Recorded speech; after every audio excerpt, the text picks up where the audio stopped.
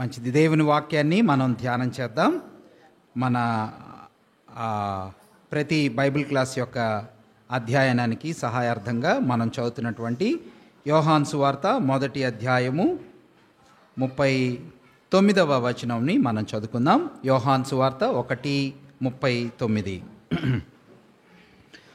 వచ్చి చూడుడని ఆయన వారితో చెప్పగా వారు వెళ్ళి ఆయన కాపురమున్న స్థలము చూచి ఆ దినము ఆయన యొద్ద బస చేసిరి.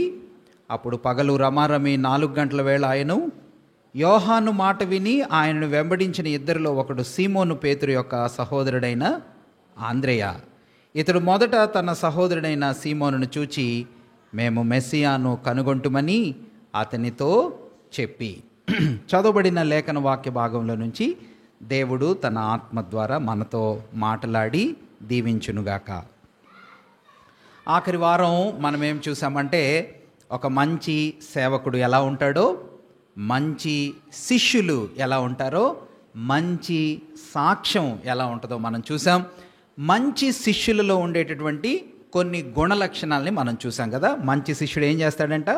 వెంబడించటానికి సిద్ధంగా ఉంటాడు అనే సత్యాన్ని మనం చూసాం.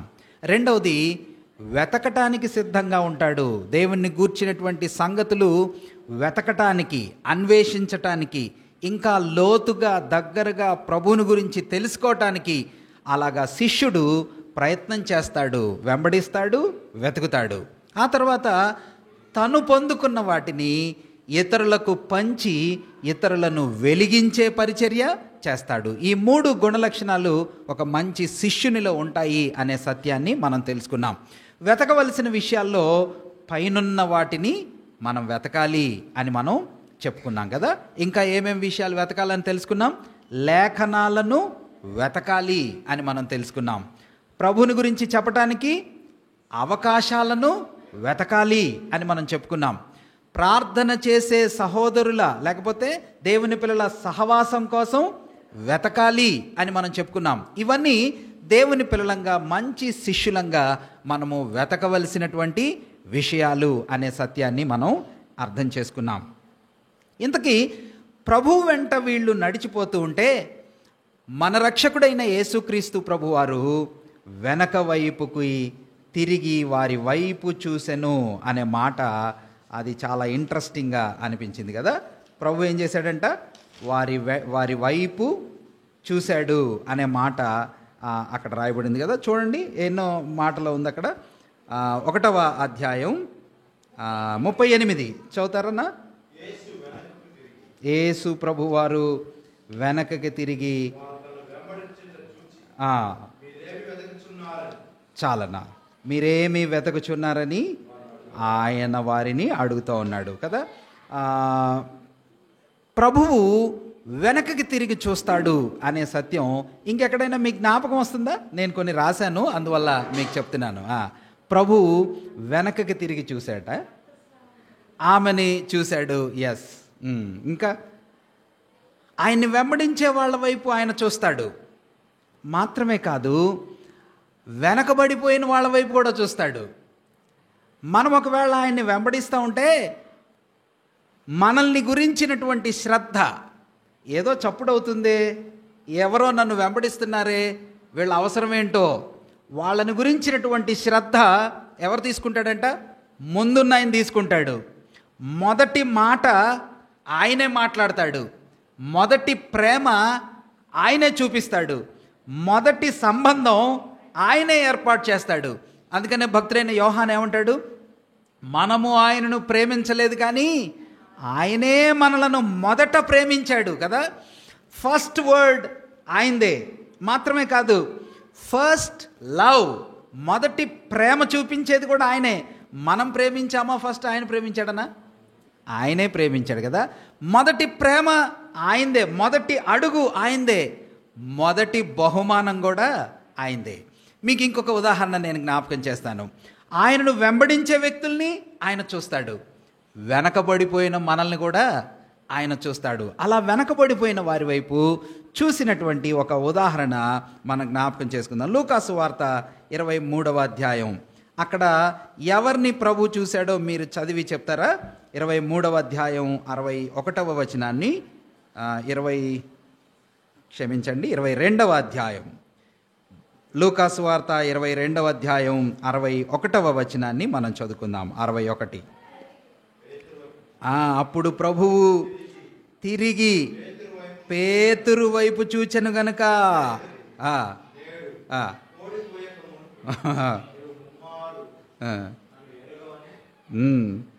అనే మాట, ప్రభు తనతో చెప్పిన మాట పేతురు ఏం చేశాడంట? భలే ఇష్టమైన మాట ఇది. ఏది? పేతురేమో 3 సార్లు బొంకి అబద్ధం చెప్పి వెనక్కి వెళ్ళిపోయిన పేతురు వైపు ప్రభు ఏం చేస్తున్నాడు? సిలువ మీదకి వెళ్ళటానికి ముందు పేతురు వైపు చూశాడు. నేను చాలా సందర్భాల్లో మీకు చెప్పా కదా, ప్రభు పేతురు వైపు చూశాడు, పేతురు కూడా ప్రభు వైపు చూశాడు. ఎలాంటి సందర్భంలో? ఇప్పుడు మనందరం ఒకళ్ళ వైపు ఒకళ్ళు చూసుకుంటున్నాం, కానీ ఇది మామూలుగా మనలో మంచి ప్రేమపూరితమైన సంబంధం. ఇప్పుడు మీరందరూ కలిసి నన్ను ఒకవేళ కొట్టే వాళ్ళ చేతికి అప్పగించేశారు. ఎవరు? నేను అలా ఊహించలా మీరు చేస్తారని. నన్ను వదిలిపెట్టేసి మీరందరూ వెనక్కి వెళ్తున్నారు. రోడ్డు దగ్గర దాకా వెళ్ళిన తర్వాత మీలో ఎవరైనా ఒకళ్ళు నన్ను మోసం చేసిన వాళ్ళు, నన్ను అప్పగించిన వాళ్ళు నా మీద కదా వెనకడుగు వేసి భయపడి మాకు తెలియదండి ఆయన ఎవరు అని చెప్పి వెనక్కి వెళ్ళిపోతున్న వాళ్ళు రోడ్డు దగ్గరికి భయంగా చూస్తూ ఉంటే నేను వెనక్కి తిరిగి చూసి ఎవరైనా ఉన్నారా అని చూస్తే మీరు నేను కళ్ళల్లో కళ్ళు కలిపి చూసామనుకోండి, ఎలా ఉంటుందన్న ఫీలింగ్? నేను ఎలా చూస్తా? మీరంతా మోసగాళ్ళు, అన్నా మీరు నన్ను వదిలిపెట్టారని చూస్తాం కదా. ఆ వ్యక్తి చూడటంలో కూడా అమ్మో నేను ఎంత పెద్ద తప్పు చేశానో, నేను ఎంత ఘోర అపరాధం చేశానో, అన్నని అప్పగించేశాము అనుకుంటాం కదా. ఇక్కడ మనం గమనిస్తే ప్రభువుని అప్పగించేసిన తర్వాత పేతురు శపించటానికి మొదలుపెట్టాడంట. 1 సారి కాదు, 2 సార్లు కాదు, 3 సార్లు అబద్ధం చెప్పాడు. అబద్ధం చెప్పి ప్రభు ముందున్నాడు, పేతురు వెనకున్నాడు. అయ్యా వినండి, వెనకబడిపోయిన వాళ్ళ వైపు ప్రభు చూస్తాడు కదా. ఆ చూపులో ఉన్న అర్థం ఏంటో మనం బోల్డెన్ సార్లు చెప్పుకున్నాం కదా. ఏంటిదంటే అర్థం? ప్రభు పేతురు వైపు తిరగటం, పేతురు ప్రభు వైపు తిరగటం, వీళ్ళిద్దరూ కలిసి చూసుకోవటంలో సందేశం, message in the gazing of each other. ప్రభు చూస్తున్నాడు, పేతురు చూస్తున్నాడు. వీళ్ళిద్దరి మధ్యలో ఆ చూపులో ఉన్న సందేశం ఏంటో తెలుసా? నేనేమనుకున్నానంటే మొదట, పేతురు చూసావా నేను చెప్పినట్టుగానే జరిగింది అలా అనుకున్నా నేను. పేతురుని ప్రభు చూసి, పేతురు చూసావా ముందే చెప్పా కదా, నిన్న నైటే చెప్పా కదా, నువ్వు నన్ను ఎరుగవని 3 సార్లు చెప్తావు, అలా చెప్పిన తర్వాత కోడి కూసిద్దని 3 సార్లు అంటావని చెప్పా కదా, చెప్పినట్టే జరిగింది చూసావా అని ప్రభు ఒకవేళ ఆయన మాటని జ్ఞాపకం చేయటానికి, ఆయన చెప్పిన విషయాన్ని గుర్తు చేయటానికి ప్రభు అలా చూశాడేమో అనుకున్నాను. కానీ ప్రభు చూసిన దృష్టిలో ఉన్న సందేశం ఏంటిదంట? పేతురు, నేను ఇంకా నిన్ను ప్రేమిస్తున్నాను పేతురు. నువ్వు అబద్ధం చెప్పావు, నన్ను వదిలేసావు, నన్ను విడిచిపెట్టావు, నన్ను కాదన్నావు, దూరంగా వెనకబడిపోయావు పేతురు. But I still do love you my dear Peter. పేతురు, నువ్వంటే నాకు ఇంకా ఇష్టమే, నిన్ను నేను ఇంకా ప్రేమిస్తున్నా. అది దేవుని మాటలో ఉన్నటువంటి సందేశం కదా. అట్లాగైతే వెంబడించే వాళ్ళని ప్రభు చూస్తాడు, వెనకబడిపోయిన వాళ్ళని ప్రభు చూస్తాడు. అందుకని అక్కడ మనం చూస్తాం, వెలుపలికి పోయి పేతురు సంతాపపడి, అయ్య బాబోయ్ ప్రభువా, ఇట్లాంటి వాడిని నన్ను ఇంకా నువ్వు ప్రేమగానే చూస్తున్నావా? పళ్ళు కొరకు చూశాడా? అలా చూస్తాం మనమైతే. నన్ను వదిలిపెడతారా మీరు, నన్ను మోసం చేసి వీళ్ళకి అప్పగిస్తారా అని మనమైతే పళ్ళు కొరికి కోపంగా చూస్తామేమో. ప్రభువు ఇంకా ప్రేమతో పేతురుని చూడగానే ఆ చూపే అంతే, ఆయన వెనక్కి తిరిగి చూశాడంతే. ప్రభు ఒక్క మాట మాట్లాడలా. పేతురు బయటికి వచ్చి వెలుపలికి వచ్చి సంతాపపడి ఏడ్చెను. పేతురు కన్ఫెషన్, ప్రభువా నన్ను క్షమించు, పశ్చాత్తాపడుతున్నాడు కదా. మూడవదిగా ఇంకొక సందర్భం మీకు జ్ఞాపకం వస్తుందా? సిలువ దగ్గరే, అది కూడా ఆ మాట కూడా చూడండి. 23వ అధ్యాయం 27వ వచనాన్ని మనం చదువుదాం. లూకాసు వార్త మనం తెరిచి ఉన్న పేజీలోనే 23, 27. గొప్ప జన సమూహమును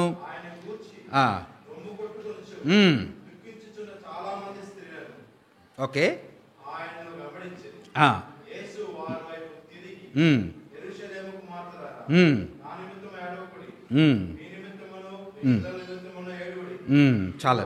చాలన్నా చాలు. ప్రభు ఎవరి వైపు చూస్తున్నాడంట? ఆయన్ని వెంబడిస్తున్నారు చాలామంది, వెనకొస్తున్నారు.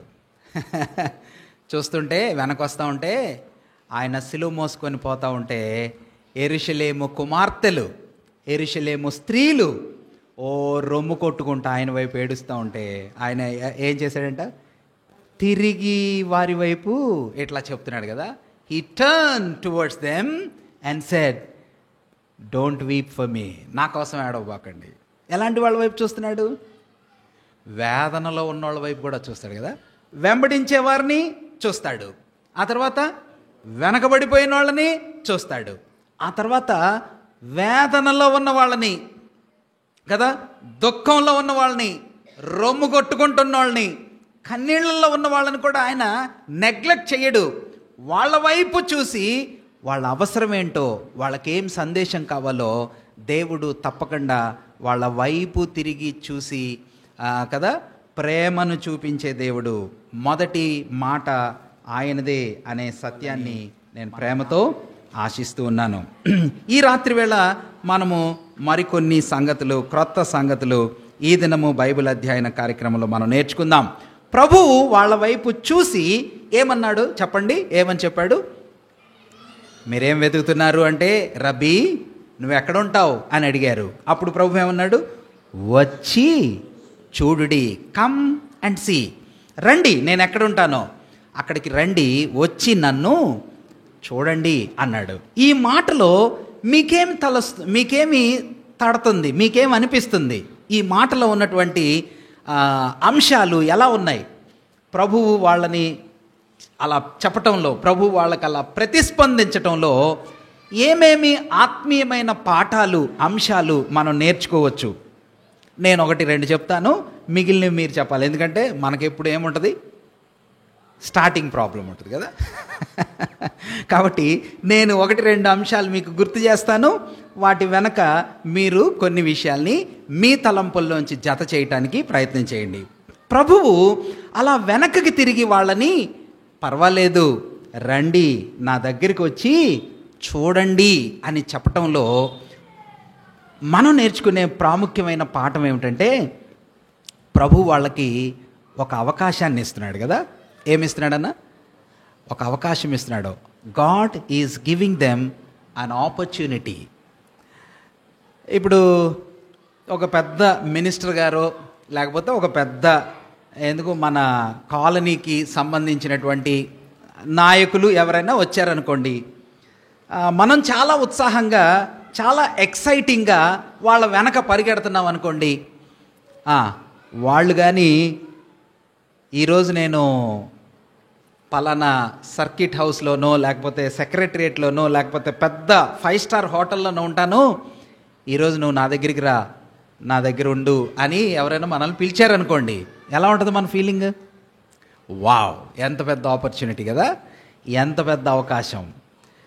ఒకసారి నా చిన్నప్పుడు విజయవాడలో ఫస్ట్ టైం క్రికెట్ మ్యాచ్ జరిగింది, ఇండియా వర్సెస్ వెస్టిండీస్. విజయవాడ స్టేడియంలో చాలా కాలం క్రితం, నేను అప్పుడు 8th or 9th చదువుతున్నాను.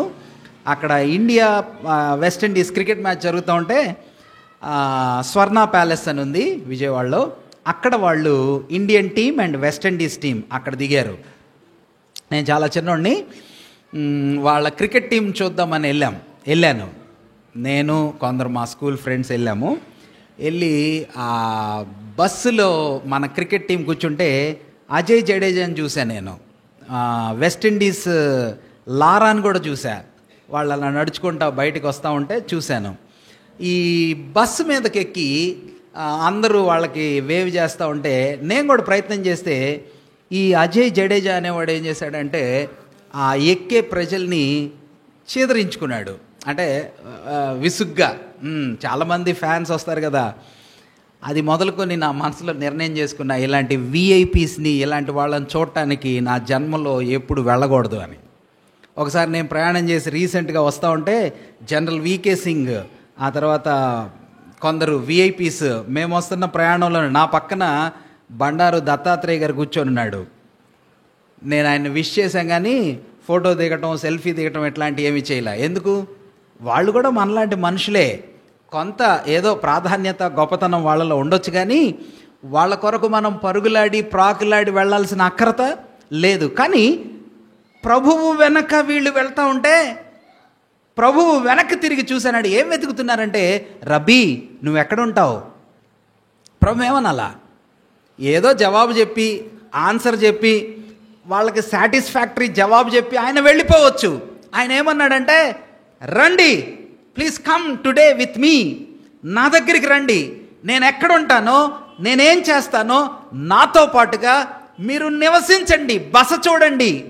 నాకు ఆ మాటలో అర్థమైన విషయం ఏమిటంటే, ప్రభు వాళ్ళకి ఎంత పెద్ద అవకాశం ఇచ్చాడంటే, నిజానికి మన ప్రభు ఎక్కడ నివసిస్తాడు? ఎక్కడ నివసిస్తాడన్నా? మన ప్రభు సాధారణంగా ఎక్కడ నివసిస్తాడు? ఇప్పుడు ఒక క్రికెట్ టీం ఉన్నారు, లేకపోతే ఒక విఐపి ఉన్నారు, ఒక సినిమా హీరో ఉన్నాడు, లేకపోతే ఒక పెద్ద స్టార్ ఫ్యాన్ ఉన్నాడు, బాలీవుడ్ హాలీవుడ్ స్టార్ ఉన్నాడు. వీళ్ళు ఎవరైనా పెద్ద వ్యక్తులు చాలా పెద్ద స్థలాల్లో ఉంటారు కదా. బంజారా హిల్స్లో ఉంటారు, లేకపోతే ఎక్కడ మన బాంబేలో చాలా ప్రాముఖ్యమైన బాంద్రాలో ఉంటారు. కానీ మన ప్రభు ఎక్కడ ఉంటాడు అన్నా? యాక్చువల్గా ఆయన బస ఉండే స్థలం ఎక్కడ? రక్షకుడైన యేసు ప్రభు వారు, ఇదిగో యోహాను సువార్తలో ఉన్నాం కదా, ఇది మీరు వెనకకి గుర్తు చేసుకొని చెప్పాలా. ఎక్కడుంటాడమ్మా ఆయన? ఆదియందు దేవుడు ఆదియందు వాక్యము ఉండెను, వాక్యము దేవుని యొద్ద ఉండెను, వాక్యము ఆయన ఆదియందు. మనం ఆల్రెడీ చెప్పుకున్నాం కదా, ఆస్ట్రేలియా నుంచి దొర వస్తేనే మనం తల మీద పెట్టుకొని దొర అంటాం. లేకపోతే అమెరికా నుంచి పెద్ద ఆయన వస్తే మనం తల మీద పెట్టుకొని ఊరేగిస్తాం. క్రికెట్ స్టార్, సినిమా స్టార్, పెద్ద పెద్ద వాళ్ళు, వీళ్ళమ్మో చాలా పెద్ద స్థలాల్లో ఉంటారంట, బంగళాల్లో ఉంటారంట, గొప్ప స్థానాల్లో ఉంటారంట. ఈయన ఎక్కడ ఉంటాడు? ఈయన వెంట వెళ్తా ఉంటే, రండి నాతో ఈ రోజంతా ఉండండి అని చెప్పాడే, ఆయన ఎక్కడుంటాడు? మనం ఇప్పుడే చెప్పుకుంటాం కదా, ఆయన నిత్యత్వంలో ఉంటాడు. He dwells in general in the most heavenly high places of eternity. ఆయన నిత్యత్వంలో ఉంటాడు, వెలుగును వస్త్రంగా ధరించుకుంటాడు, మహామహిమలో అత్యున్నత సింహాసనం మీద సమీపింపరాని తేజస్సులో ఉంటాడు. ఈరోజు ఆయన వాళ్ళని అన్నాడు, నా దగ్గరికి రండి, కమ్ అండ్ స్టే, నాతో ఉండండి. ఎంత పెద్ద అవకాశం ఇది కదా. సాధారణంగా ఆయన సింహాసనం చాలా ఉన్నతమైనది. ఆయన సింహాసనం మీద కూర్చుని ఉంటే ఆయన వేసుకున్న వస్త్రాల చెంగు, అంటే ఆయన బట్టల యొక్క అంచులు దేనిలో ఎక్కడ దాకా వచ్చాయంటమ్మా? భూమి మీద దేవాలయంలో నిండిపోయినాయి అంట. రాణిగారి పెళ్ళికి, డయానా గారి పెళ్ళికి, ఆ తర్వాత మరి వాళ్ళ తర్వాత రాణుల పెళ్ళిళ్ళకి వీల్ అంటారు కదా, వెయిల్, ఇదిగో ఏంటారు, ఆ ముసుగు ఎంత ఉంటుందో తెలుసా మీకు? ఎంత? రాణి ఎక్కడో సన్నగా ఆమె చక్కటి డ్రెస్లో ముందు ఎక్కడో వెళ్తూ ఉంటే ఆ వెయిల్ ఎంత పొడుగుంటుందన్నా? చాలా పెద్దది ఉంటుంది. దాన్ని వెనక చాలా జాగ్రత్తగా, అది క్రమం తప్పకుండా అటు ఇటు పోకుండా దాన్ని జాగ్రత్తగా చూసుకుంటూ వెళ్ళేవాళ్ళు 2-3 సేవకులు ఉంటారు. రాణిగారిది అది బట్టలు, వస్త్రాలు. ఆమె ఎత్తైన సింహాసనం మీద కూర్చుంటే వస్త్రపు చెంగులు వేలాడుతూ ఉండేవి, అంత పొడుగుంటాయి. ఇదిగో ఈయన వస్త్రపు చెంగులు ఎలా ఉన్నాయంట? పరలోకంలో ఆయన కూర్చుంటే ఆయన బట్టలు క్రిందకు వేలాడుతున్నాయి. సాధారణంగా ఆయన అక్కడ ఉంటాడు, నిత్యత్వంలో ఉంటాడు, మహామహుడు. అలాంటి ఆయన భూమి మీద కొన్ని రోజులు ఉన్నాడు. ఆ కొన్ని రోజులు ఉన్న రక్షకుడు ఆ 2 శిష్యులు ఏమన్నాడంటే, రండి ఈరోజు నాతో ఉండండి. ఎంత గొప్ప అవకాశం కదా. It's a big opportunity. దేవుడు ఒక క్రొత్త అవకాశాన్ని వాళ్ళకి ఇస్తున్నాడు ఆ రోజు. దానిలో ఉన్న కొన్ని సత్యాలు మనం ఇంకా చూద్దాం. ఇంకా కొన్ని విషయాలు మీరు చెప్తారా? రెండవ మాట నేను చెప్తాను. నేను చెప్పా కదా 2 మాటలు చెప్తానని, మిగిలినవి మీరు చెప్పాలా. ఒకటి, ఒక మంచి క్రొత్త అవకాశాన్ని ప్రభు వాళ్ళకి ఇస్తున్నాడు. 2, ఒక క్రొత్త ఆహ్వానాన్ని వాళ్ళకి ఇస్తున్నాడు కదా, ఆ న్యూ ఇన్విటేషన్ వాళ్ళకి ఇస్తున్నాడు. ఆ న్యూ ఆపర్చునిటీ, ఒక క్రొత్త అవకాశం ఇస్తున్నాడు, ఒక క్రొత్త ఆహ్వానాన్ని ఇస్తున్నాడు కదా. ఇన్విటేషన్, రండి. ఎక్కడికి రావాలన్నా? నేను ఎక్కడ ఉంటానో అక్కడికి, నా దగ్గరికి రండి, నేనుండే స్థలానికి రండి. రాత్రి ఉంటారా? ఉండండి, నా దగ్గర ఉండండి. ఇదొక గొప్ప ఆహ్వానం. ఈరోజు నాకు బిజీగా ఉంది, రేపు ఫర్ ఎగ్జాంపుల్ మీరు రేపు నా దగ్గరికి వస్తానన్నారు అనుకోండి. జనరల్గా మనం బొడ్డోళ్ళం, చిన్నోళ్ళం కదా, చిన్న చిన్న పనుల్లో అడిగినా, అన్న రేపు నాకు పని ఉందన్నా అన్నాను అనుకోండి, మీరు రాగలుగుతారా? రాలేం. కానీ మన ప్రభు అంటున్నాడు, మీరు వస్తున్నారా? నేను మీకోసం ఉంటా, రండి, నా దగ్గరికి రండి. ఎంత గొప్ప దేవుడు అండి కదా. He's giving a new invitation for all of us. మనందరికీ ఆయన ఒక గొప్ప ఆహ్వానిస్తున్నాడు.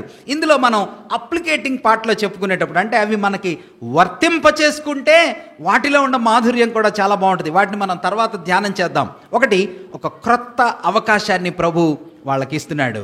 2, ఒక క్రొత్త ఆహ్వానాన్ని ప్రభు వాళ్ళకి ఇస్తున్నాడు. నా దగ్గరికి రండి, చూడండి, నా దగ్గర ఉండండి అని పిలుస్తున్నాడు. ఇప్పుడు మీరు చెప్పాలా, ఇంకా ఏమేమి ఉన్నాయి అందులో ఆయన వాళ్ళని పిలవటంలో? ఏమా? ఛాలెంజ్, ఒక సవాలు. Okay, good. చెప్పండి ఫాస్ట్గా, చిన్నపిల్లలు చెప్పాలా. 1, అవకాశం ఇచ్చాడు. 2, ఆహ్వానం ఇచ్చాడు. 3 అన్న చెప్పండి అన్న. ఎవరైనా పిలిచిన ఆయన ఎవడు? పిలిచిన ఆయన మహాప్రభు, రక్షకుడు. మరి మనలాంటి వాళ్ళని పిలిచాడంటే దానిలో ఏముందన్న? ఆధిక్యత కదా. ఆధిక్యత అంటే ఏమంటారు దాన్ని ఇంగ్లీష్లో? చెప్పండి. ఆధిక్యత అంటే ప్రివిలేజ్. ప్రివిలేజ్ ఎంత పెద్ద ఆధిక్యత అంటే మేము ఒకవేళ రాష్ట్రపతి భవన్లో పనిచేశారనుకోండి, మీరు ఎక్కడ? రాష్ట్రపతి వల్ల, లేకపోతే పార్లమెంట్లో మీరు పనిచేశారనుకోండి. మనందరం వెళ్ళాం రాష్ట్రపతి గారిని కలవటానికి. మనలో ఎవరిని ఎంచుకున్నారు? మొత్తానికి 2 తీసుకున్నాడు. రాష్ట్రపతి భవన్లో లోపలికి రండి చూడటానికని. అప్పుడు వాళ్ళందరూ ఎలా ఉంటుంది? చాలా ఘనంగా ఉంటుంది. అబ్బా, మాకు ఎంత పెద్ద గౌరవం దొరికిందో. మేము లాస్ట్ ఇయర్ పిల్లలందరం కలిసి అస్సాం వెళ్ళాము. భూటాన్లోకి వెళ్ళటానికి మేము, భూటాన్ చాలా దగ్గర అక్కడికి, అస్సాం బార్డర్ భూటాన్కి దగ్గర. మేము వెళ్ళి అక్కడ నిలబడితే దానికి పాస్పోర్ట్స్ కావాలి. భూటాన్లోకి వెళ్ళాలంటే పాస్పోర్ట్స్ కావాలి. మాలో అందరూ తీసుకెళ్ళాలి ఆ పాస్పోర్ట్స్, కానీ 2 తీసుకెళ్ళారు. ఎంతమంది? 2 తీసుకొచ్చారు పాస్పోర్ట్స్. మేమందరం బార్డర్ బయట ఉన్నాము, అంటే గేట్ బయట ఉన్నాము. ఆ 2 మాత్రం పాస్పోర్ట్స్ చూపించగానే ఏం చేశారు? లోపలికి తీసుకెళ్ళారు. ఇప్పుడు వాళ్ళు ఎలా ఉంటుంది వాళ్ళ ఫీలింగ్? మేమందరం 10 మంది దాకా వెళ్ళాం కుటుంబాలుగా. అందరూ బయట ఉన్నారు, 2 మాత్రం లోపలికి వెళ్ళారు. ఇప్పుడు వాళ్ళు బయటకు వచ్చిన వెంటనే వాళ్ళు లోపల నుంచి బయటికి రాగానే బయట ఉన్న వాళ్ళ పరిస్థితి ఎలా ఉంటుంది? అరే, మనం మిస్ అయ్యాంరా, వీళ్ళు మనల్ని వదిలి లోపలికి వెళ్ళి వచ్చారు. It's a big privilege. Yesu ప్రభు వారితో ఉండటం కదా. చీఫ్ మినిస్టర్ గారితో కాదు, ప్రైమ్ మినిస్టర్తో కాదు, ప్రెసిడెంట్తో కాదు, ఆయన వెంట వెళ్ళటం కాదు. మనం చాలాసార్లు చెప్పుకున్నాం కదా, ప్రైమ్ మినిస్టర్ గారు మొట్టమొదటిసారిగా ఆఫీస్కి వచ్చినప్పుడు ఆయన బ్రీఫ్ కేసు మోసుకొని వచ్చాడు ఒక ఆయన. ఇదిగో ఇప్పుడు అమెరికా ప్రెసిడెంట్ పక్కన ఉండే వ్యక్తులు ఎంత ప్రాముఖ్యమైన వాళ్ళు. It's a big privilege. వాళ్ళ వెంట నడవటం, వాళ్ళ ప్రక్కన ఉండటం, వాళ్ళతో కనబడటం ఎంత గొప్ప భాగ్యం. ఇక్కడ చిన్నవాళ్ళు 2 శిష్యులు ఆయన వెంట పోతా ఉంటే ఆయన వాళ్ళ వైపు చూసి అంటున్నాడు, మీరేం వెతుకుతున్నారు? రబ్బీ, నువ్వు ఎక్కడుంటావు? నేనా? రండి, నాతో ఉండండి. అదొక పెద్ద ఆధిక్యత కదా. ఇంకా చెప్పండి అన్న, అదొక పెద్ద ఆధిక్యత. పరిచయం చేసుకుంటున్నారు. ఏంటిది ఆ పరిచయం అనే మాటను నేను ఇంకొక రకంగా చెప్పాలనుకుంటున్నాను కదా. ఇట్స్ ఎ న్యూ బిగినింగ్, ఒక క్రొత్త ఆరంభం అది వాళ్ళకి కదా. ఇక ప్రభువుని కలుసుకున్న తర్వాత నుంచి వాళ్ళ జీవితం ఏం కాబోతుందంటే మారిపోబోతుంది. అప్పటిదాకా ఎవరి శిష్యులు వాళ్ళు? యోహాను శిష్యులు. ప్రభువుని కలుసుకున్న దగ్గర నుంచి వాళ్ళ జీవితం మారిపోతుంది కదా. ఒక క్రొత్త ఆరంభం చేయబోతున్నారు. God called them to start a new beginning. ప్రభువు వాళ్ళని పిలవటంలో ఉన్న అర్థం ఏంటంటే, రండి నా వెంట వచ్చి ఒక క్రొత్త ప్రారంభం మొదలు పెట్టండి కదా. ఎన్ని చెప్పాను? ఒక క్రొత్త అవకాశం ఇచ్చాడు, ఒక క్రొత్త ఆహ్వానం ఇచ్చాడు, ఒక క్రొత్త ఆధిక్యత అది కదా. అదొక క్రొత్త ఆరంభం మాత్రమే కాకుండా అది ఒక క్రొత్త ఆత్మీయమైన పాఠం. ఏంటిది ఆ ఆత్మీయమైన పాఠం అంటే, అప్పటిదాకా వాళ్ళ మనసుల్లో బోలెడన్ని అనుమానాలు ఉన్నాయి కదా. ఏం అనుమానాలు ఉన్నాయమ్మా చెప్పండి? మెస్సియా ఎవరు? అసలు బాప్తిస్మ ఇచ్చే యోహానుని అంతకు ముందు రోజు, కొన్ని రోజుల ముందు క్రితం ఎవరెవరు వచ్చారు? శాస్త్రులు, పరిసయ్యులు యెరూషలేము నుంచి వచ్చి ఏమడిగారు? నువ్వు ఎవరు? క్రీస్తువా? ప్రవక్తవా? లేకపోతే నువ్వెవరు? మరి నువ్వు ప్రవక్తవు కాదు, క్రీస్తువు కాదు, ఆ ప్రవక్తవు కాదు, మరి నువ్వు బాప్తిస్మ ఎందుకు ఇస్తున్నావు? మేము తరతరాల నుంచి వెతుకుతున్నటువంటి మా రక్షకుడు, మా మెస్సియా, మా రాజు, ఆయన కోసం మేము ఎదురు చూస్తున్నాం. అది వాళ్ళ ఎదురుచూపు.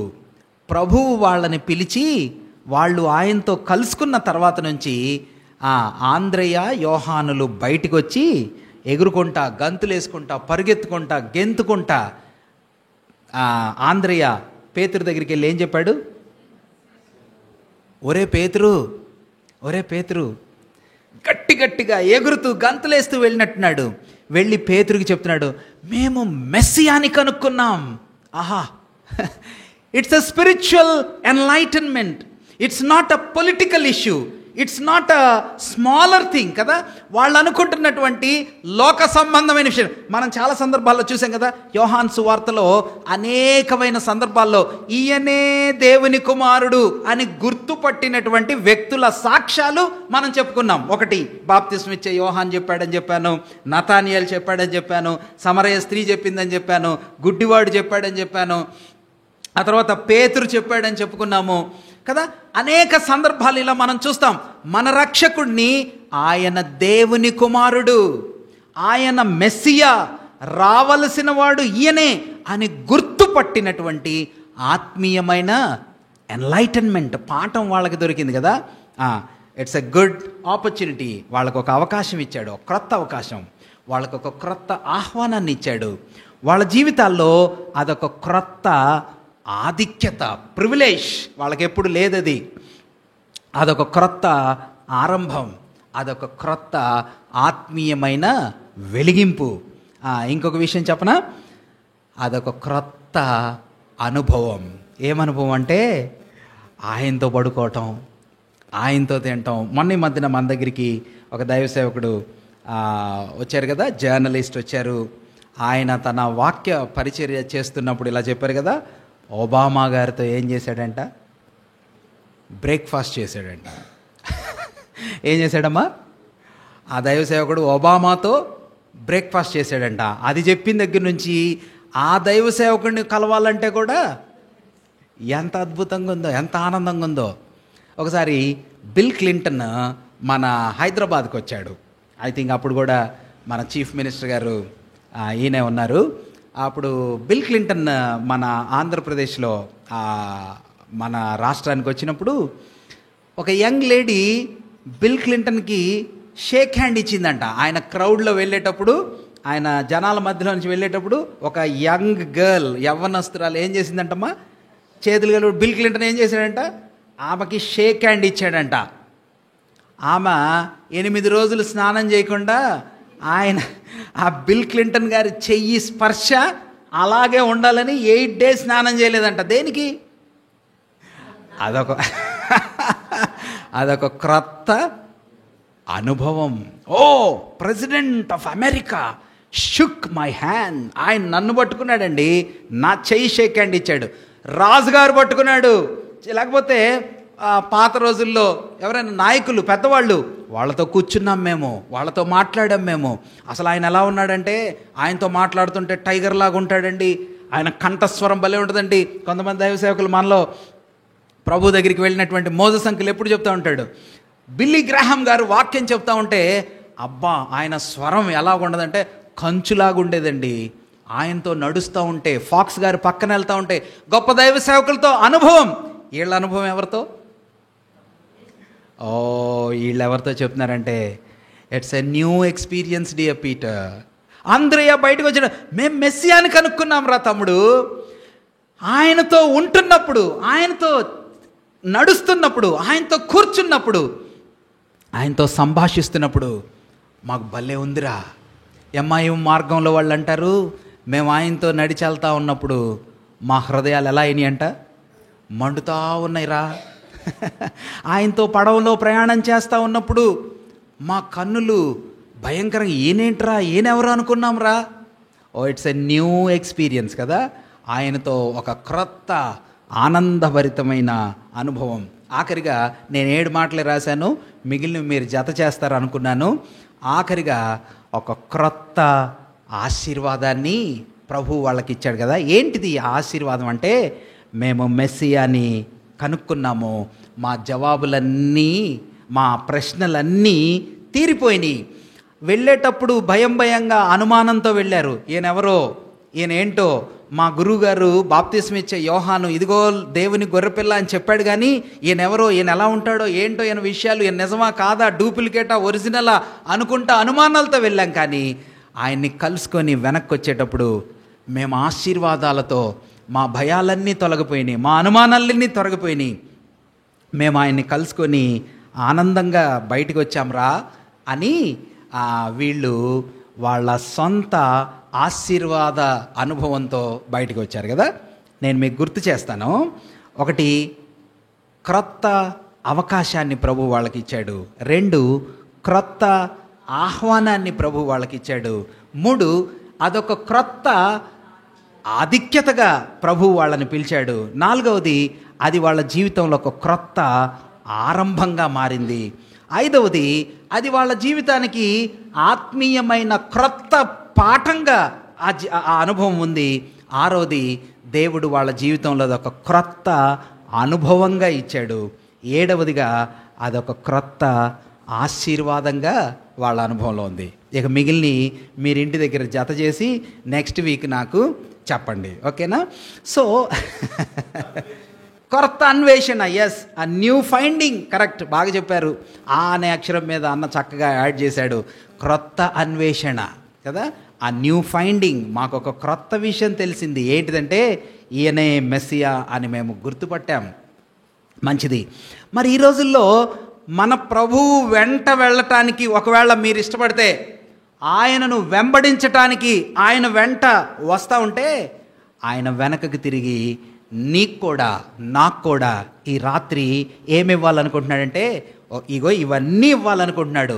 ఒక క్రొత్త అవకాశాన్ని ప్రభు మనకి ఇవ్వాలని ఆశపడుతూ ఉన్నాడు. మీకు గుర్తుందా ఎవరికైనా ప్రభు అలా అవకాశం ఇచ్చినటువంటి అనుభవాలు? మన ప్రభు ఆయనని కలుసుకోవటానికి, ఆయనతో ఉండటానికి ఆయన ఏమైనా క్రొత్త అవకాశాలు ఇచ్చినటువంటి సందర్భాలు మీకేమైనా జ్ఞాపకం ఉంటే మీరు గుర్తు చేయాలని అన్న చెప్పండి. Very good, wonderful. నా ఫస్ట్ అంశం అదే. చెట్టు మీదకి ఎక్కాడు ఒక ఆయన. ఏం పేరు ఆయన పేరు? ఎక్కడ ఉంటాడు? లూకాసు వార్త 19వ అధ్యాయంలో ఉంటాడు కదా. చెట్టు మీదకి ఎక్కి కూర్చున్నాడు. ప్రభు ఏం చేశాడు? పొట్టివాడట. ప్రజలందరిలో ప్రభు కనబడ్డాడు అనుకొని ఎంత ఆసక్తిగా పరిగెత్తుకుంటా వెళ్ళాడో పాపం కదా. పొట్టివాడైన జక్కయ్య అని ఆయన కూర్చున్న చెట్టు మీదనే క్రింద ప్రభు కూర్చొని ఏమన్నాడు? జక్కయ్య త్వరగా రాయా, నేను ఈరోజు నీ ఇంట I have to stay in your home today. ఎంత గొప్ప అవకాశం కదా. అమ్మ వినండి, ఈరోజు మనకు కూడా అవకాశాన్ని ఇవ్వటానికి ఆయన సిద్ధంగా ఉన్నాడు. కొన్ని అలాంటి సంఘటనలు, సందర్భాలు మనం చూద్దాం. చూడండి, యెషయా గ్రంథం 55వ అధ్యాయం. యెషయా గ్రంథం 55వ అధ్యాయం.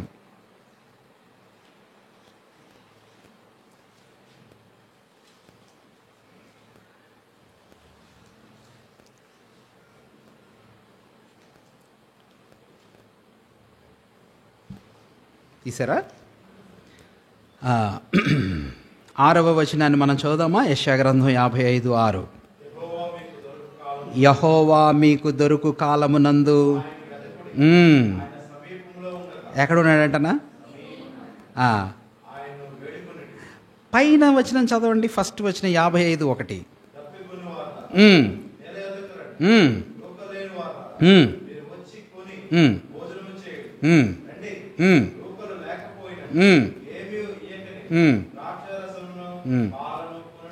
ప్రభుకి స్తోత్రం.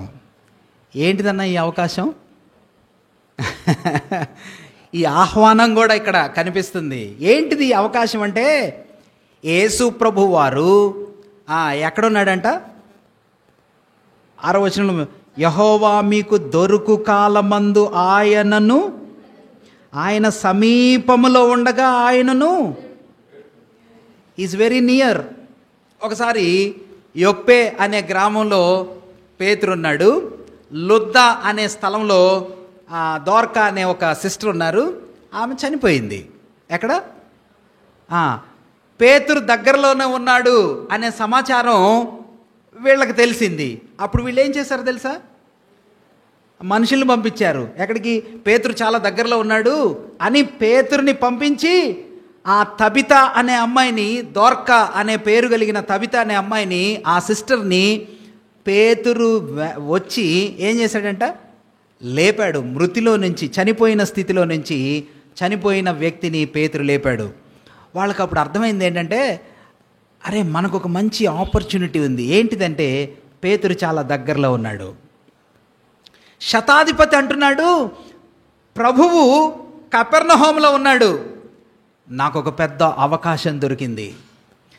గుడ్డివాడు, కుష్ఠరోగులు, వేదన కలిగిన వాళ్ళు, రక్తస్రావం కలిగిన వాళ్ళు, వాళ్ళ పిల్లలు, వాళ్ళ కుటుంబాల్లో దయ్యాలు పట్టిన వాళ్ళు, ఎంతో కష్టతరమైన పరిస్థితుల్లో బంధకాల్లో ఉన్నోళ్ళు ఇలా అనుకున్నారు, ప్రభు వచ్చాడంట మన గ్రామానికి, రక్షకుడు వచ్చాడు మన గ్రామానికి. అమ్మ వినండి, దప్పిక కొన్నవారులారా, ఆకలి కొన్నవారులా, మీకు ఒక అవకాశం. మనం చూస్తాం మత్తయి సువార్త 22వ అధ్యాయంలో ఒక పెద్ద రాజు ఉన్నాడు. ఆ రాజుగారు ఏం చేశాడంట? విందు చేశాడు. అందరినీ పిలిచాడు, పెద్ద వాళ్ళని పిలిచాడు. వాళ్ళందరూ నెపాలు, సాకులు చెప్పి రాలేదు. అప్పుడు ఏం చెప్పాడంట? మీరు సంత వీధుల్లోకి వెళ్ళండి. మీకు జ్ఞాపకం రావట్లేదా? బీదలను, సంత వీధుల్లో ఉన్న వాళ్ళు మొత్తాన్ని అందరినీ పిలుచుకురండి అని చెప్పాడు కదా. మత్తయి సువార్త చూడండి ఒకసారి మరి.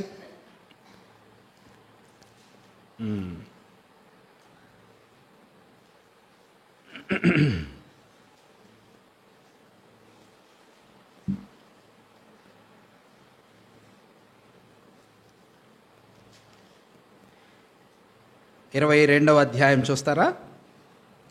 మత్తయి సువార్త 22వ అధ్యాయం. రాజుగారు వాళ్ళ కుమారుడి పెళ్లి చేస్తున్నాడు. 22వ అధ్యాయం మొదటి నుండి మనం క్రిందకి చదవాలి. చదువుతారన్నా? 22వ అధ్యాయం మత్తయి సువార్త 1. యేసు వారికి ఉత్తరం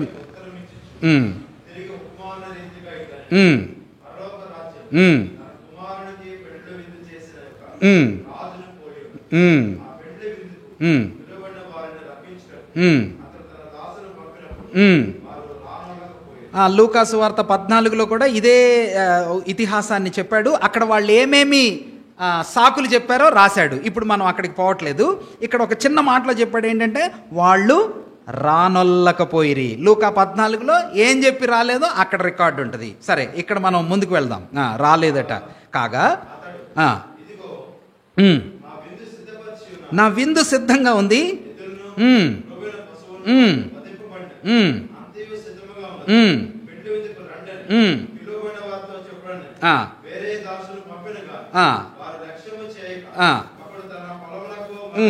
ఇవే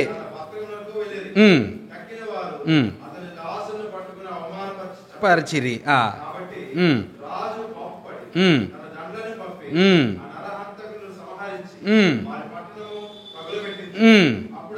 ఇదిగో చూడండి, అప్పుడు అతడు పెండ్లి విందు సిద్ధముగా ఉన్నది కానీ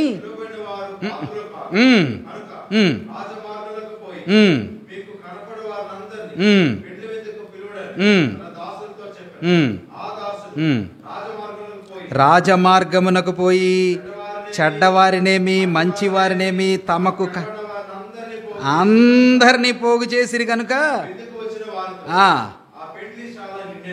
ఎంత గొప్ప ఆపర్చునిటీ. ఏంటిదమ్మా ఇది? ఎంత గొప్ప అవకాశం. ఏం అవకాశం ఇది? ఒక రాజు ఉన్నాడు, ఆయన కొడుకు ఉన్నాడు, ఆ కొడుకు యొక్క పెళ్లి చేస్తున్నాడు. అందరినీ పెద్ద పెద్దోళ్ళని పిలిస్తే వాళ్ళు ఏం చేస్తున్నారంట? నెపాలు సాకులు చెప్తున్నాడు. ఒకడు అన్నాడు, నేను ఇప్పుడే పెళ్లి చేసుకున్నాను సార్, అమ్మాయిని చూడాలి. నేను ఇప్పుడే పొలం కొనుక్కున్నాను సార్, నేను ఆ పొలాన్ని చూడాలి. నేను ఇప్పుడే ఎడ్లు కొనుక్కున్నానండి, వాటిని చూడాలి. అవునా? అవమానపరుస్తున్నారట. ఇన్విటేషన్ ఇవ్వటానికి వచ్చినటువంటి డెలిగేషన్, పెద్ద పెద్ద అంబాసిడర్స్ ఆఫ్ కింగ్, రాజుగారి యొక్క రాయబారులు, ప్రతినిధులు రాయల్ డ్రెస్లో వచ్చి ఇంటికి వచ్చి పిలుస్తుంటే అవమానపరిచి వాళ్ళని పంపిస్తే రాజు కోపం వచ్చి అంటున్నాడట, అరే మీరందరూ ఇదిగో బేతస్తా కాలనీకి వెళ్ళండి, బెరాకా ప్రాంతానికి వెళ్ళండి, గుంటూరులో పేద స్థలాలకు వెళ్ళండి, ఎవరు వెళ్ళని నిరుపేదల దగ్గరకు, బేదల దగ్గరకు, డౌన్ ట్రోడన్ పీపుల్ దగ్గరికి వెళ్ళండి. మంచోళ్ళు లేదు, చెడ్డోళ్ళు లేదు, అందరినీ నా విందుకి తీసుకొని రండి. ఆ విందులో ఎవరున్నారమ్మా? ఆ అవకాశం మనకు కూడా దొరికింది కదా. దీన్ని అద్భుతమైనటువంటి పిలుపు కదా, ఒక న్యూ ఆపర్చునిటీ. దేవుడు ఎప్పుడు అవకాశం ఇవ్వకుండా శిక్షించడు, అవకాశం ఇవ్వకుండా దేవుడు ఎవరిని వదిలిపెట్టడు. అసలు భక్తుడైన పేతురు ఏమన్నాడంటే, ఆయన ఎప్పుడో వచ్చేయాలా, ఆయన రాకడ ఎప్పుడో రావాలా, కానీ ఇంకా ఆలస్యం చేస్తున్నాడు. ఎందుకు ఆలస్యం చేస్తున్నాడంటే, ఎందుకు ఆలస్యం చేస్తున్నాడంటనా, అందరూ మారు మనసు పొందటానికి వాళ్ళకి ఛాన్స్ దొరకాలని, అవకాశం దొరకాలని. పేతురు 2వ పత్రిక 3వ అధ్యాయంలో అంటున్నాడు, అనేకులు ప్రభు వైపు తిరగాలి. అందుకని ఆయన రాకడను ఆలస్యం చేస్తున్నాడు. చాలామంది అనుకుంటున్నారు, ప్రభు వస్తానన్నాడు కదా, ఇంకా రాలేదేంటి? వస్తాడు, నీకోసమే ఇంకా రాలా. 2024 రాలేదు, ఇదొక అవకాశం. 2025 నీ జీవితంలో వస్తుంది, ఇదొక అవకాశం. సొదమ గుమ్మారాన్ని శిక్షించే ముందు దానికి అవకాశం ఇచ్చాడు. దేవదూతలను పంపించి అసలు దాని సంగతి ఏంటో చూసి రండి అన్నాడు. నినివేని శిక్షించడానికి ముందు ఎవరిని పంపించాడమ్మా మీరు చెప్పండి? యోనాని పంపించాడు. యోనా, దానికి అవకాశం ఇవ్వు, 40 రోజుల్లో ఇంకా టైం ఉంది, చెప్పండి, వెళ్ళి చెప్పండి. మీరు కానీ వాక్య లేఖనాలని ధ్యానం చేసి చూస్తే, యోధా దేశం, ఇశ్రాయేలీల దేశంలో యెరూషలేము పట్టణం కింద ప్రాంతమైన యోధాని బబులోను చెరకు తీసుకొని పోబడటానికి ముందుగా ఏమని మనం చూస్తామంటే, ఏం చేస్తాం? నేను మీ దగ్గరికి ప్రవక్తలని పెందల కాడనే ఉదయకాలాన్నే పంపించాను, కానీ మీరు వినలేదు. చూడండి, ఇర్మియా గ్రంథం 44వ అధ్యాయం చూస్తారా? ఇర్మియా గ్రంథం 44వ అధ్యాయం 4వ వచనం మనం చూద్దాం. ఇర్మియా గ్రంథం 44:4. మరియు నేను పెందల కడ లేచి, ప్రభు చెప్తున్నాడు, మరియు నేను పెందల కడ లేచి ప్రవక్తలైన నా సేవకులందరినీ మీ వద్దకు పంపుచు, నాకు అసహ్యమైన ఈ హేయ కార్యములను మీరు చేయకుండుడి అని నేను చెప్పుచూ వచ్చి తిని. కానీ వాళ్ళు ఏం చేశారంట? అయ్యో చాలన్నా, ఎంత అద్భుతమైన అవకాశాన్ని ప్రభు ఇస్తున్నాడు కదా. ఆ ఇద్దరు శిష్యులకి ఉండటానికి అవకాశం ఇస్తే, ఇదిగో ఈ మనందరికీ కూడా ప్రభు ఆయన యొద్దకు చేరటానికి అవకాశాలు ఇస్తున్నాడు. సొదొమకి ఇచ్చాడు, యెరూషలేముకి ఇచ్చాడు, షోమ్రోనుకి ఇచ్చాడు, ఐగుప్తుకి ఇచ్చాడు, ఆ తర్వాత నినివేకి ఇచ్చాడు. యెరూషలేంకి ఇచ్చాడు, గుంటూరుకి ఇచ్చాడు, బేతెస్తాకి ఇచ్చాడు, మనకు కూడా ఇస్తున్నాడు. రాజుగారి పెళ్ళికి వస్తారా మరి? ఒకటి, ఆయన రక్షించబడటానికి అవకాశాలు ఇస్తున్నాడు. 2, రక్షించబడిన మనము తప్పిపోతే సరి చేసుకోవటానికి కూడా అవకాశాలు ఇస్తున్నాడు కదా. అలా సరి చేసుకోవటానికి అవకాశం ఇచ్చి తప్పిపోయిన వ్యక్తిని వెనక్కి పిలిచాడు. ఒక ఆయన ఉదాహరణ చెప్తారా? ఇప్పుడే చెప్పుకున్నాం కదా, భక్తుడైన పేతురు చేపలు పట్టాలని వెళ్ళిపోయాడు.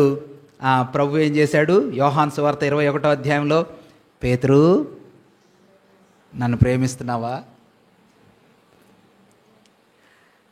తోమా లేడు. ప్రభువు కలిసినప్పుడు తోమా ఏం చేశాడన్నా? మిస్ అయ్యాడు. ఇప్పుడు ప్రభు ఏం చేస్తున్నాడు? మళ్ళీ వారం తర్వాత మూసివేయబడిన గదిలో, మేడ గదిలోకి ఆయన దిగి వచ్చి, తోమా ఎక్కడున్నాడు? తోమా రా. ఏంటిది అది? నా చేతుల్లో చేయబెట్టి చూడు, నా ప్రక్కలో గాయంలో చేయబెట్టి చూడు. ఏంటిది ఆ కాల్? ఏంటి ఆ పిలుపు? ఏంటిది?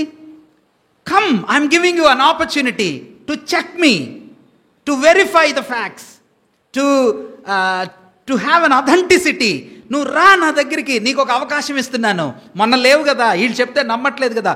తప్పిపోయిన వారిని, వెనకబడిపోయిన వారిని, దూరమైపోయిన వారిని విశ్వాస జీవితంలో ప్రభు ఎన్నడూ విడిచిపెట్టడు. వాళ్ళకు ఒక అవకాశాన్ని ఇస్తున్నాడు కదా. మీకు జ్ఞాపకం ఉందా? ప్రకటన గ్రంథం 3వ అధ్యాయం 2వ అధ్యాయం ఎవరికి రాశాడమ్మా? ప్రకటన గ్రంథం 2, 3 అధ్యాయాలు ఎవరికి రాశాడన్నా? వెరీ గుడ్, సంఘాలకి రాశాడు. ఎఫ్ఎస్సి సంఘానికి, స్మరణ సంఘానికి, ఆ తర్వాత పెర్గమ సంఘానికి, ఆ తర్వాత తుయతైర సంఘానికి, ఆ తర్వాత సార్దీసు, ఫిలదెల్ఫియా, లవదికయ, ఆ సంఘాలన్నిటికీ రాస్తూ అంటున్నాడు, మీ గొప్ప కార్యాలు తెలుసు, మీరు ఎంత కష్టపడుతున్నారో తెలుసు, కానీ మీలో ఉన్న లోపాలు నాకు కనిపిస్తున్నాయి. ఒకవేళ మీరు సరి చేసుకున్నారా? ఓకే, మీకు ఇంకా అవకాశం ఇస్తున్నాను. I'm still giving you an opportunity to correct your self, to amend your ways, to come back కదా. సంఘాలకి అవకాశం ఇస్తున్నాడు, విశ్వాసులకి అవకాశం ఇస్తున్నాడు కదా. సౌలు జీవితంలో ఎన్ని అవకాశాలు ఇచ్చాడో, దావీదు జీవితంలో ఎన్ని అవకాశాలు ఇచ్చాడో. ప్రియమైన దేవుని పిల్లరా, నీ జీవితంలో, నా జీవితంలో 2024 సంవత్సరం అంతటిలో ఎన్ని అవకాశాలు ఇచ్చాడో మన ప్రభు. మరి ఆ అవకాశాలను మనం సద్వినియోగం చేసుకున్నామా? ఒక మాట చెప్పి నేను క్లోజ్ చేస్తాను. ద్రాక్ష వనంలో ఏమి నాటాడంట? అంజూరపు చెట్టు నాటాడు కదా. లూకాసు వార్త 13వ అధ్యాయం 6వ వచనంలో ఈ మాట ఉంటుంది. ఆ తోటమాలి దగ్గరికి ఆ యజమానుడు వచ్చి అడుగుతున్నాడు కదా, ఏంటయ్యా ఈ చెట్టు ఈ సంవత్సరం ఎన్ని ఫలాలు ఇచ్చింది అంటే, తోటమాలి ఏమంటున్నాడు? అయ్యా ఈ సంవత్సరం ఏం ఫలాలు లేవండి. మరి తీసేవయ్యా ఈ ఫలాలు లేని చెట్టుని, అంజూరపు చెట్టుని ఏం చేయాలా? పెరికేసేయి, కట్ చేసేయి, దాని ప్లేస్ ఎందుకు వేస్ట్ అవ్వాలా? తోటమాలి ఏమంటున్నాడన్నా? అయ్యా అయ్యా అయ్యా ఒక్క అవకాశం ఇవ్వయ్యా, ఉంచయ్యా, ప్లీజ్ అయ్యా, ఈ సంవత్సరం కూడా చూద్దామయ్యా, ఒకవేళ అది ఫలాలు ఇవ్వకపోతే దాని సంగతి అప్పుడు చూద్దాం. అమ్మ వినండి, ఆయన మన జీవితంలో అవకాశాలు ఇచ్చే దేవుడు కదా. రక్షించబడటానికి అవకాశం ఇస్తాడు, సరిదిద్దుకోవటానికి అవకాశం ఇస్తాడు, మన జీవితాలలో ఉన్న లోపాలని కరెక్ట్ చేసుకోవటానికి ఛాన్స్ ఇస్తాడు. మూడవదిగా మన జీవితంలో ఫలించటానికి కూడా అందుకనే 24 అంతా కాపాడాడు. అందుకనే 25లోకి కూడా దేవుని చిత్తమైతే తీసుకెళ్తాడు. దేనికంట? It's an opportunity for us. ఇదొక అవకాశం, ఇదొక ఆహ్వానం, ఇదొక ఆధిక్యత, ఇదొక ఆత్మీయత, ఇదొక క్రొత్త అనుభవం, ఇదొక క్రొత్త ఆశీర్వాదం. అందువల్ల ఆయన తన శిష్యులని పిలిచి వాళ్ళకిచ్చిన అనుభవాల్లో నుంచి కొన్ని పాఠాలు మనం నేర్చుకున్నాం. అవి మన జీవితంలో మేలు కలగటానికి ప్రభు మనందరి వినికిడిలో వీటిని ఆశీర్వదించునుగాక. ప్రార్థన చేద్దాం. ప్రియమైన తండ్రి, మీకు కృతజ్ఞతలు, స్తోత్రాలు, వందనాలు సమర్పించుకుంటున్నాం నాయనా. ఈ రాత్రి వేళ మీరు వెనకకు తిరిగి మొదట మమ్మల్ని సంధించే దేవుడవని, మీరే మమ్మల్ని కలుసుకోవటానికి మొదట అడుగులు వేసే దేవుడు అని మేము విన్నాం. ఇంకా ఇంకా ఈ 2000 సంవత్సరాలు గడిచిపోయిన మానవ ప్రపంచానికి